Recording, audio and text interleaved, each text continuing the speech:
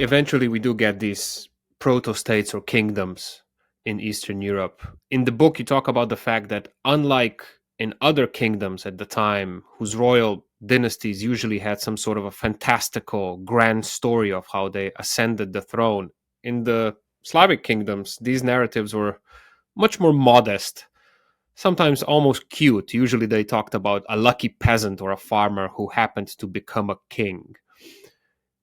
In reality, though, a lot of these dynasties established themselves with the help of a little industry called slavery. Could you talk about that a little bit? Yeah, I think this is the dirty secret of medieval Slavdom. It's really not something I never heard about that before. Yeah, yeah. And growing up, when I went to like Polish school, this is not the story you exactly get told. Yep. You get told the traditional story, and the story that's passed down from the Middle Ages is these, even as pagans, that these peasants, different hardworking peasants or wheelwrights or craftsmen in Poland or Czechoslovakia, and actually I think Slovenia has kind of a similar story with the Dukes of Carinthia and what they were supposed to. Carantania. Yeah.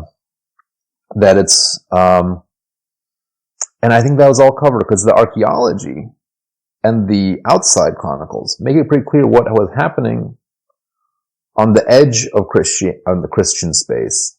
This is the 900s. There was a gold rush in kind of that Slavic barbarian non-Christian world. And the gold rush was the slave trade. You could not enslave Christians. You could enslave pagans.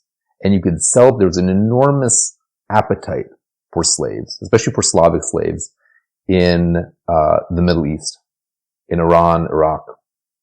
And they had an enormous amount of silver. They had big silver mines. There was a big appetite for this. There was also an appetite for it in Venice and Spain.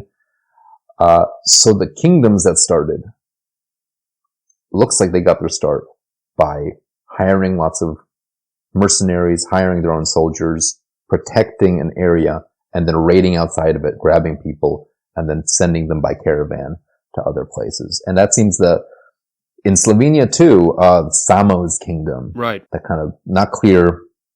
That seems to have been a Frankish slave trader who started on the edge of that Carolingian world.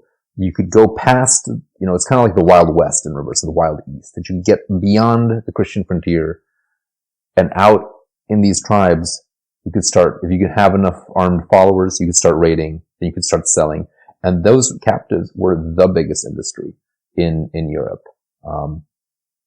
Because each slave was worth an amount of silver. There was a little bit of other trading, fur, beeswax, forest things, but it was slavery that was the economic driver. And ultimately, with an economic push like that and a lot of silver flowing in, you could start building a state. You could go from being a tribe to having fortifications, roads, an army, a duke, a king.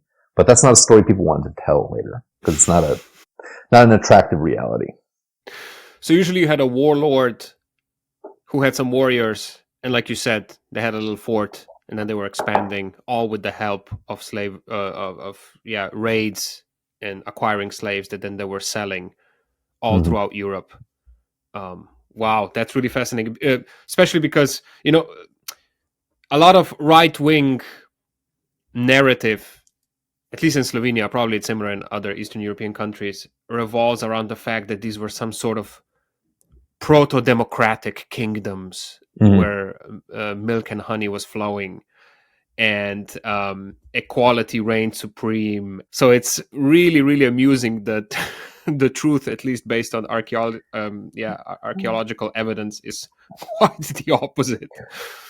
It's a little jarring, yeah, because it is, and they were 100 years into having these kingdoms, and they gave up. They became Christian, and they kind of gave up the slave trade. They wrote the chronicles tell these stories. They're very kind of convincing. You're like, oh, they chose someone from the people, and they ruled with consent, and they listened to each other. And it's like, well, where did and then you dig in and you find these big jars of silver from the Middle East, and you find massacres and chains, and you're like, this doesn't quite line up. So that's That's a story that does not get told in schools, but I think it's increasingly like clear that that seems to be the truth behind what was happening. By the way, why were Slavic slaves so popular in the Middle East and other places?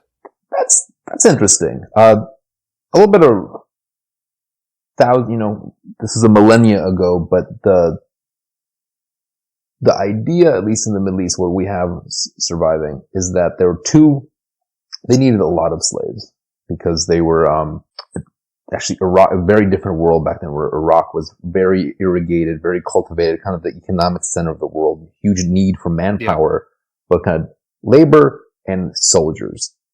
And they used slaves for a lot of that. And the soldiers, they like to have people from Central Asia. They like to have Turks. Turks made really good soldiers. They were good at writing. They were good at archery.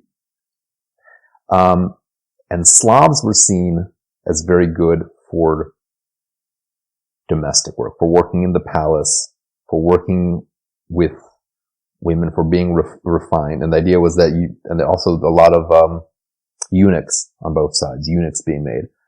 And it became a trend. And I think those are the two big sources of slaves.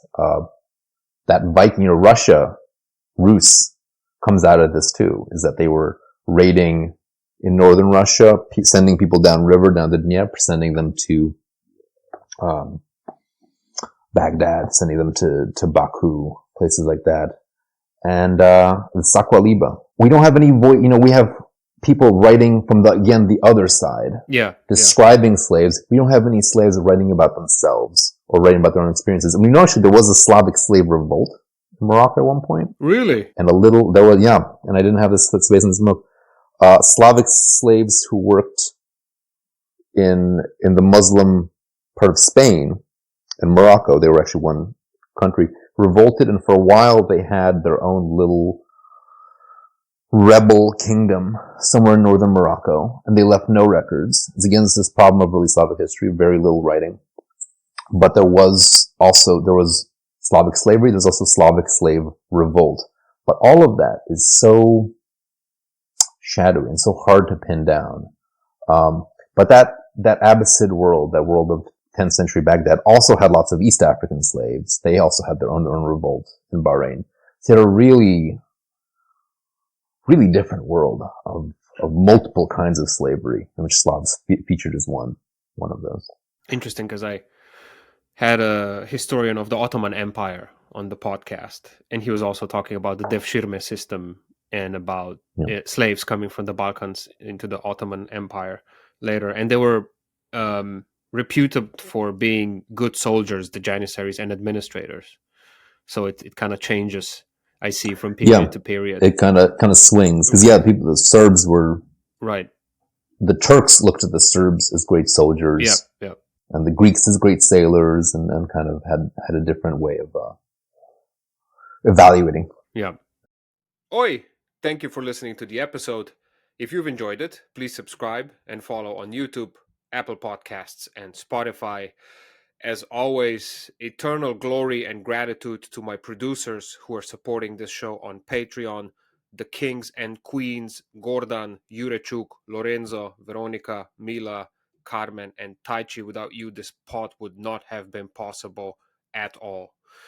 If you'd like to become a certified Tovarish or Tovarishica of the show too, head to Patreon, find Smart Cookies podcast on there, and become one. It's as simple as that. Thank you.